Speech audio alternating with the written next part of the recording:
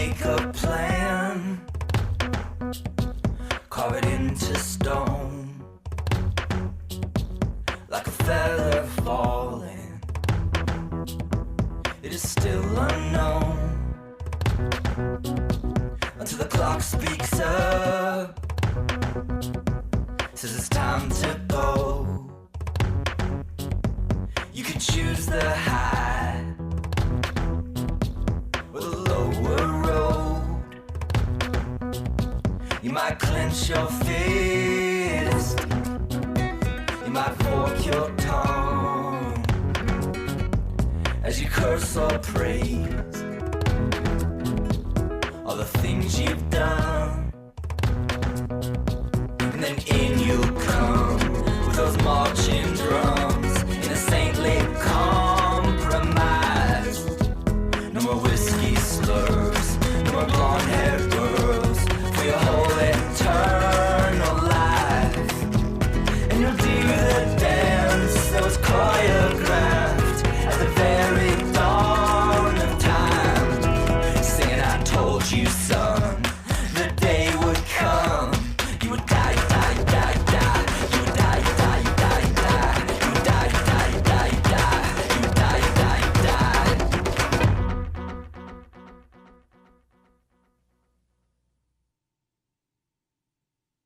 Nothing is lost that is remembered. Even though the body's gone, the person's soul and spirit and everything else are still remembered, how they meant so much to the community.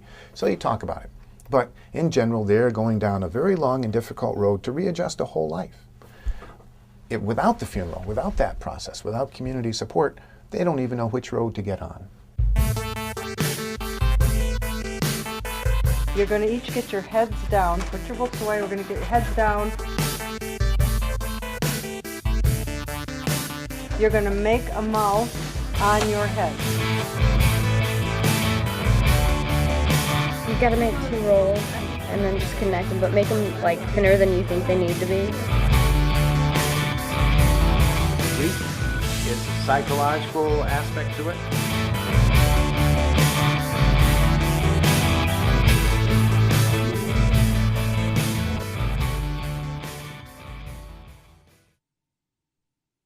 This is a strange career. No, it's a unique career. It's not a strange career. At least that's how we look at it. We also talk with the students lots and lots about this. The thing is, what drew me to it is absolute human services. To me, it is the ultimate in the human service profession. My grandma died when I was 16, so it really affected me a whole lot. And I just went to her funeral, and I didn't want to see her at all when I went to the funeral. Walked up to her, and I felt kind of like, okay, she looks okay. This is making me feel a little bit better, and it made me feel a whole lot better to see her, but I didn't think it would at first. So I just want people to feel better about, a hard time.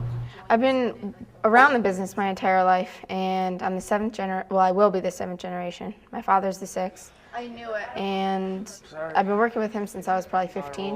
When my grandparents died, I got brought back to the funeral home, and a good friend of mine who's actually a senior here this year, his family owns the funeral home. So I got talking with them, and they sort of got me interested in it. When I was in high school, I went to a museum that displayed cadavers and stuff. It was a science museum, and the Muter Museum in Philadelphia, actually. And they had all kinds of stuff, and that kind of stuff's always just fascinated me. I don't know, call me weird. Honestly, I was flipping through the kitten catalog type thing, and I saw mortuary science in it, and I was like, oh, and I was looking at the classes, and I'll check this out. And my cousin owns a funeral home, so I was like, sounds pretty good. I've been out of high school for 2 years, so I'm a Air Force reservist. So I went there first, and then decided the government's going to pay all my college, so that's what they're doing. My uncle owns a funeral home near Utica, New York, so I spend a lot of time there, and it just, you thinking about it over time, and it's something I'm confident with, and I can easily learn from my uncle a lot about the business. So came time to choose a college, I knew right what I wanted to do. There isn't enough money, believe it or not. In this business, the employees are not paid very well, and so they get other satisfaction. And that satisfaction seems to be from working with people. Whenever I go home, my friends are like, "Oh, you play with dead people. You play with dead people." I'm like, "No, I don't play with dead people."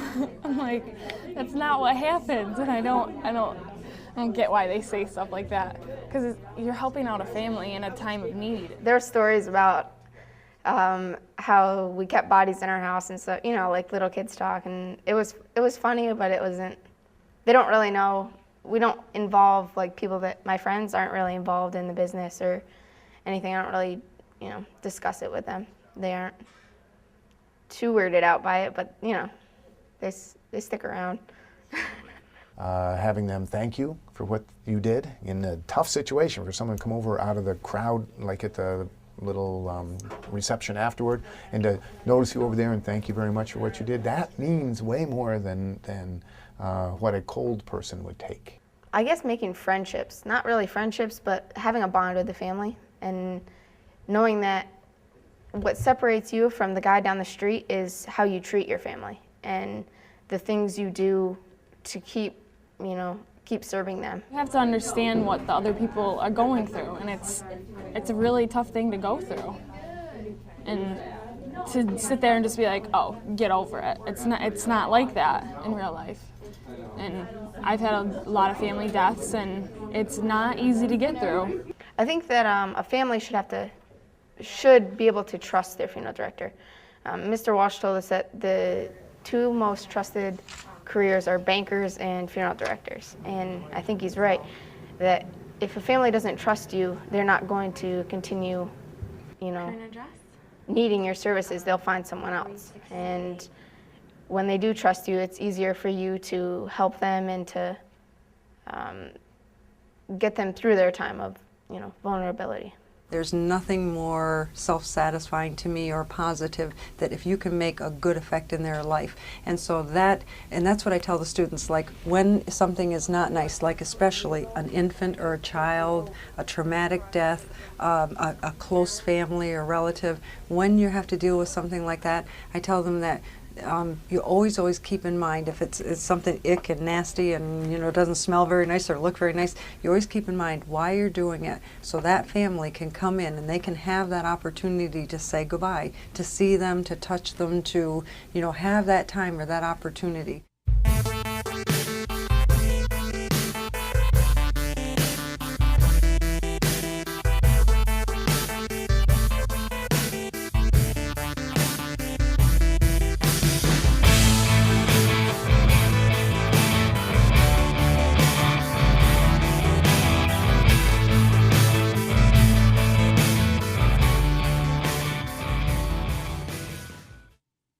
Funeral also represents something to go back to. So-and-so was at the funeral. People remember who was at the funeral. They came to Dad's funeral, I'll go to their father's funeral when the time comes. We had an old-timer back in the woods of New Hampshire who said, if you don't go to other people's funerals, they won't go to yours. This is a very emotional sort of situation. This is all right. This is all right. They're still getting ready because this is a very involved funeral. There's a million things, and you don't know what sorts of things you're going to run into for trouble until after you've done it once. And that's why I let you dangle out there for all the pressure that you could be under. It was a lot. It's an awful lot. And to explain it a million times wouldn't help. But now we've seen it once, and we understand there's a variety of things that could be done differently. What might you have done differently? My pallbearers was getting stuck. That's right. And my flowers, I didn't know that they were too close. So the casket was like knocking the flowers over. Humans are social animals, and anything we can do to keep our society close-knit, tight, supportive is a very, very important thing. Now you've got a receiving line right outdoors, and they don't need to talk right then. This is a really significant piece. And that's the whole big deal here, is that they're mourning the loss. It's active. You can't get rid of grief without doing something. Do you think I should bring this to my church? The pall? You think I should bring it to my church? No? No, that won't go at the church. You might want it here, though. Where we do the flower thing. Remember we did the flower thing and it was like, and a rose to each of the... to end it? You think I should do that? That makes it smoother if you have room to go around the back of the casket. I don't want everyone to be stuck there, like... When you just say your service, or this concludes our service here at the graveside, it nobody wants to leave. If you hand them a flower, you could say, you could place this on the casket, and then that gives them an idea to head out. You don't yell at somebody in the grocery store when you're pushing a cart around the same way you might behind the wheel of a car, because there you're isolated. But here in person, it's different, and it's all personal. Is "Oh Happy Day" a funeral song? It's how you put it. Because, everybody's always What kind of thinking songs do you think death I is should mourning and sadness. Nate, you're like my guidance right now, so please forgive me. not a problem. It's all, funerals are personal. That's all there is to it. And I've never heard of anybody say, geez, I had that funeral and boy, that was a big mistake. But I heard many people say, we didn't have a funeral and I wish I had. Human psyche, the human attitude needs attachment. People who are unattached, completely alone, either are lonely and feel awful, or else they are sort of sociopaths. They're the real isolated folks, the ones who don't do what society thinks they ought to do. They're the ones that are pretty weird out there. So we have this attachment. I have a friend whose son was killed a little over a year ago on a snowmobile accident. And he tells me, every time I talk to him, which isn't a lot, but he tells me that the son's name is David, and they can tell because the lights turn on and off in the house, and there's something else that happens, and I'm struggling to remember what it is. And they're so sure that, now that they've attributed that's David, making his presence known. And of course, that just leaves me being a little bit jealous, like, what, Now, the closure part, it comes way down the line. Closure is when you can really, you've written the last page of that book, but you haven't closed the cover yet. Because you revisit. We used to do this, there's all this anniversaries and things like that. But a few years down the line, the anniversaries aren't so painful. Oh, it was a pretty good time. We did this, we did that, but I've got a new life. I've got new people in my life. I've got new interests. That's when you've really gotten to the closure. But without the funeral, you might never. The highest, they say, is going to serve everyone from the people who can afford and want a certain level of merchandise or a certain level of services. People confuse the funeral with the money, and it's true, it costs money to have a funeral, but it costs way more to buy a really nice wedding dress. It costs way more to go on a cruise. It costs way more to buy a lot of cars. It costs way more than funerals. And in fact, if you were to look at the number of purchases you've made over a lifetime, the funeral is going to fall very, very low. So the average, most people want to buy in the average. So the average is the middle two quartiles. Many people buy life insurance, and it's a nice, safe way to be, and everything is taken care of. They can pre-finance funerals. So the money issue is not nearly as important as what you get out of it. But the highest one serves the people who can afford it or who want the best sale. Sure, people go overboard, and there's a saying that the funeral director is not afraid to collect the rent on guilt, by selling a great big, I want to buy the best casket you have, is a symbol that the person is missing the point.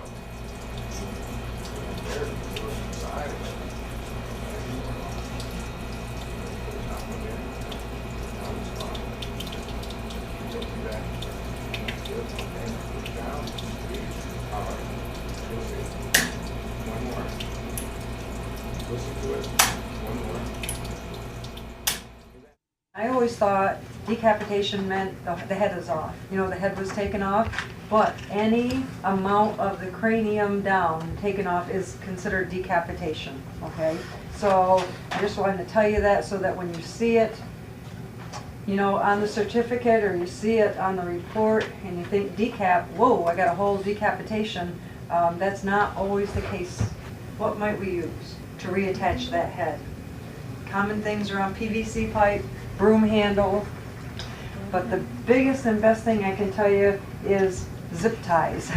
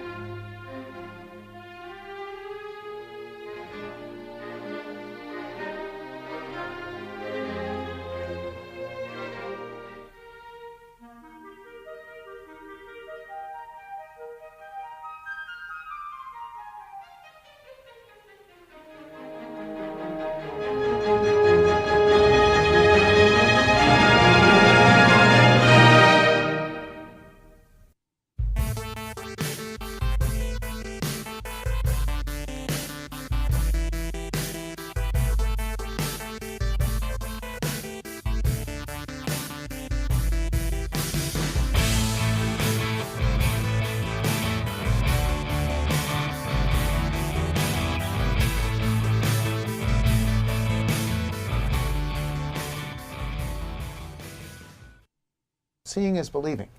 And we are a simple and primitive race, really, and we want to see that face, want to know it's the person, see their boots, look at the wallet, look at them, know what we know. The real bottom line of what we're doing is that we are making the body clean enough to be around and using some chemicals to disinfect to a point and preserve to a point this person so they look good, and so they will not represent or create a problem of their own at the funeral. Nothing's worse than some kind of fluid leaking out or discoloration or odor or something, or flies flying around or something. And so this process arrests that decomposition or whatever for a short period of time around the funeral time, which is what it's all about. What we're doing is, besides the surface sort of washing and cleaning and that sort of thing, is making the face look like it should, making sure the eyes don't pop open by accident or the mouth gape or something. You know, they want to have a appearance of dignity and I don't know if control is the right word, but people who lose somebody are trying to regain control. And this death has come in, and all of a sudden now what do we do? So we want them to look better than they used to look. And we try to create them this memory picture that's an improvement over the last time they see them. And there's a remarkable amount of comfort that comes from that for no explainable reason. People just like to feel that grandma looks better than the last time I saw her. Ah, so much better. So then we use the current circulatory system to be able to distribute these fluids around throughout the body. It worked just a few hours before very nicely to distribute blood around, and so we are using those very same tubes essentially. Cleidomastoid muscle, have you gotten to that yet in anatomy class? With a machine that's going to put some pressure onto this special mix of fluids to go around through the vascular system. Now, of course, there's not room for the fluid plus the blood that was there, so the blood is removed during the process of this. But we don't have to get it all out. Blood isn't the problem, it's just space. And so then these chemicals, which are highly refined, these companies work on them for years and years, and they've been fixing them since the 1860s, you know, to make something to have the results you want. Do remarkably good jobs of making the body look like it should. And it gives it some color, and it makes it so that they stay where you put them. If the hands have to be a certain way in the face, the pose of the face, it stays, it firms to a certain degree. Then they're clean on the inside, clean on the outside, and when you dress them and do their hair and some cosmetics, because you still have to make them have the, not theatrical appearance, but they're under hot lights and everybody's looking at them, that has to be fixed. And then in the casket, there they are. So it's a pretty simple surgical procedure, semi-surgical, I mean, you know, but you do have to invade the body a little bit for a small incision, and then the chemicals go in and a little bit comes out, and it's not all that major. 95% of what we do is with the living, 5% is with the dead. If everything works right, in nature, the vascular system has been adjusted in its dimensions so that with one pump of the heart, blood goes evenly all through the body, just as it should. Now, there's a huge mechanism that says, well, your hands need more right now, or your feet need more, you can move it around. But in general, it's pretty well balanced out, just like a well-organized heating system in a house. No one hot room compared to a cold room, they've got it figured out. So it generally works nicely. There's always something that gets in the way. Anatomy is a major course that they have to take, and within the anatomy course, the circulatory system is very, very carefully studied, and lots of test questions talk about routes that it would follow, because they need to really be fluent in the concept of the vessels. They are our main route to success. You know, there's plenty of other areas that we care about, facial structure and bone structure of the skull, but knowing where those vessels are and how to find them is what most of the earliest stage of the embalmer's training is all about, is how to find them. Because I know there's been times when I was young and starting out, and I would think there wasn't a vessel there. I couldn't find it no matter what I did. Dig, dig, dig, you know, and what's the matter? And the funeral director who was teaching me would come in the morning after I'd worked all night without success. Here it is, and he would find it. And it's, and over time, you get better and better. It gave me a great appreciation for surgeons. How do they work it out, their first dozen appendectomies or something, you know? And so I think, boy, those folks are really something to be able to do it, because we, you know, have time, and we have the fact that it doesn't have to heal. You know, we're fortunate in that respect. But yes, the students work very diligently on the circulatory system, and that's the proof of the pudding, is how well they can raise those vessels. Gory movies pastime of mine, but for real life, up close, this is the second time. I don't mind it. It was a little nerve-wracking the first time just to see like the body and everything, but now it's nothing. I'm a hunter big time, so I mean, gutting a deer doesn't bother me. I mean, it may sound a little ruthless, and you say, you know, you're working on a person, but you got to have compassion, but yeah, you got to be able to do the work. You got to be able to sort of set that aside when you're working on them.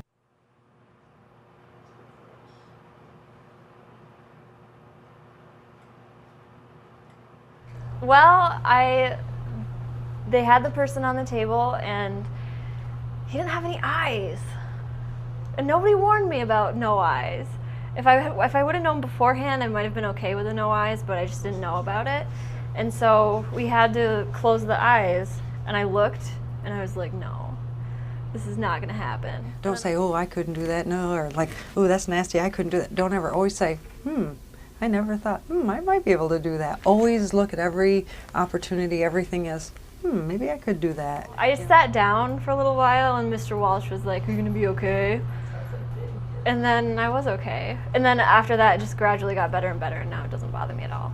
It's not like a comfortable state because you are dealing with someone that just passed away, but it's not like a disgusted or a fear. It's just, that's someone that was just living, breathing, talking, and walking. So the first time I did eye caps, I was afraid of hurting them, knowing that they can't be hurt. So that was a little silly, but it's just getting used to it. There's accidents that have bothered me. A couple of them I still would remember because there were things that I came that close to doing myself. It's, oh my gosh, I survived and this person didn't. They made the same mistake I would. One was a person who grabbed a hold of a live power line that was down. She ran into the pole, knocked down the power lines, and she was groping about in the darkness to get away from the accident. She touched the power line, and that is what killed her. So she got out of the car and walked away. And I might have done the same thing. It's in the woods. It could have been a piece of fence wire or something, you know, or a roadside cable. You wouldn't think anything. And of course, in one instant, there went her whole life.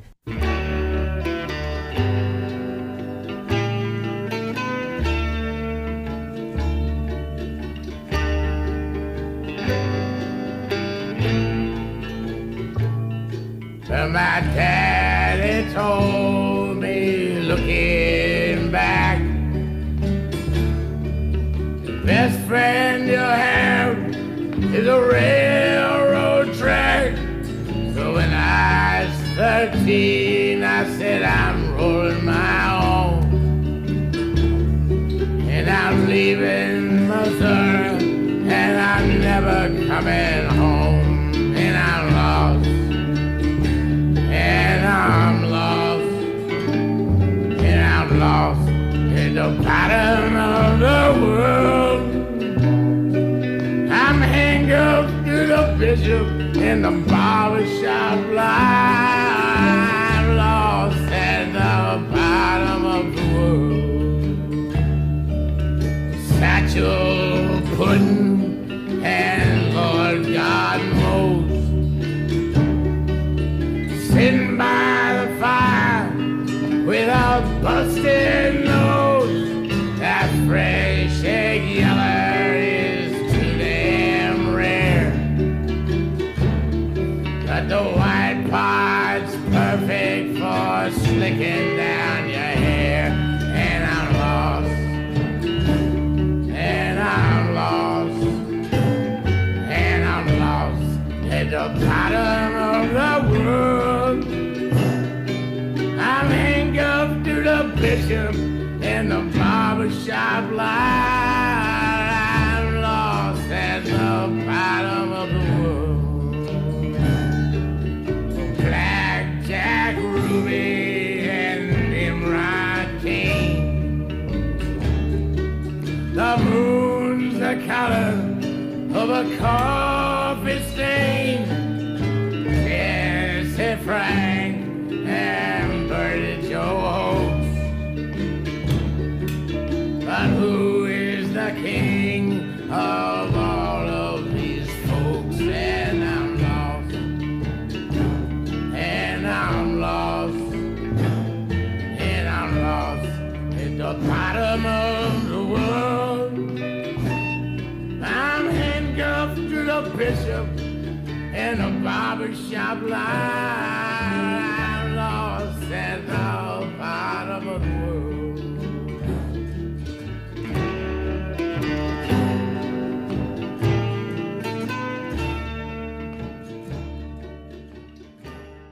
Do I ever have anger or some of those emotions? Yes, when it seems like a death that didn't have to happen. You know, like young, stupid stuff that we've all done. You know, like drinking and driving and you know, that kind of thing. Or questioning why, you know, why did you take this person instead? I've had some experience with children, not embalming them, but just doing the funeral for them. But obviously children would be, and people my own age, it's harder to deal with, just because there's that reality that this could be you know. When I was a young father, then we had a few baby cases, and so that was tough, you know, at the time. You identify. I tell my students now that you should never become the specialist at your funeral home in any particular kind of difficult case. Spread it around. You know, dilute it among all the other funerals that aren't so awfully dramatic or serious or horrendous. I mean, there's plenty of times when somebody dies, it's been a life lived, they ripe old age, everything that went like it should be, and isn't it nice that they slipped off, and the world is better for having had them. And those are fine. And they dilute the awful, ugly ones. And if you have too many awful ones early in your career, you probably won't last. There's often sort of the irony of death. The irony is that it cares about nobody or nothing. You know, it's going to happen, and when it does, it happens at the worst time and the worst, with very little control. I mean, certainly there's suicides and homicides, but for the most part, it just pops out of the blue. People can anticipate it and expect it and all, but it's the strangeness of it. It's the uncontrollability that is frightening, but it's also the source for the sort of the humor. Humor is definitely something you need, because you can't be serious all the time about it and be, you know, oh, it's a serious matter. You have to have some kind of humor about it. Mr. Walsh always has stuff like that, but I don't know, I can't think of any right now. One thing I wanted to say, the problem with singing at funerals is nobody claps for you. You got to be sure that you know it's not because he didn't hate what you did. This photograph here is on eBay, and it was showing a Civil War embalmer embalming a Civil War soldier. It was a famous Matthew Brady photograph. It's been known for years, and it appears in the textbooks and all that. It's a classic. Somebody's trying to sell it for 80 cents. Reputation had that he was rather a criminal because he set fire to his competitor's tent so he could do all the business. That's the story. There's no funner program than Northside.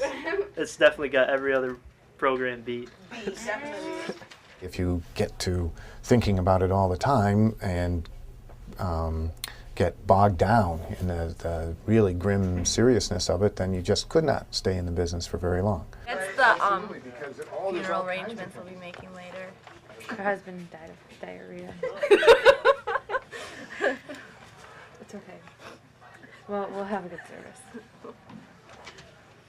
See, we have fun with this too. There's always the cheap and easy humor. I try to save that for television. I try to use a little more sophisticated, because one of the scary parts is, or the sobering parts, is that you are, anybody in the room that you're talking to could have suffered a loss recently. Most people think funeral directors, you have to be like this dark, brooding character, and that's not true. You have to have a personality, you have to have a sense of humor, and you have to be able to, you just have to be a strong person to deal with all the grief and all that other stuff that comes along with it. Shanky, where does this start? Listen, girl, I'm stressed out right now. Which one? You have to have a sense of humor. You can't take things too seriously, because if you start taking things too seriously, you're going to be like, oh man, that's going to be me on that table sooner or later, and then you just won't be able to do it. People will send me email, the newest joke about death, you know, and some of them you hear over and over. They float back around. There seems to be a cycle of 5 or 6 or 10 years when the same joke comes back up, but occasionally there's a new one. And but when you deal with life and death every day, all the other issues of the world don't seem quite so horrendous. Glad to be here. That's the door. What the hell? Oh no, who This kid thought she was just in there for like A ball and a triangle. That teacher's so funny. And this is how we pass the time. Tomorrow at And then when you miss it, you gotta do 100 push-ups.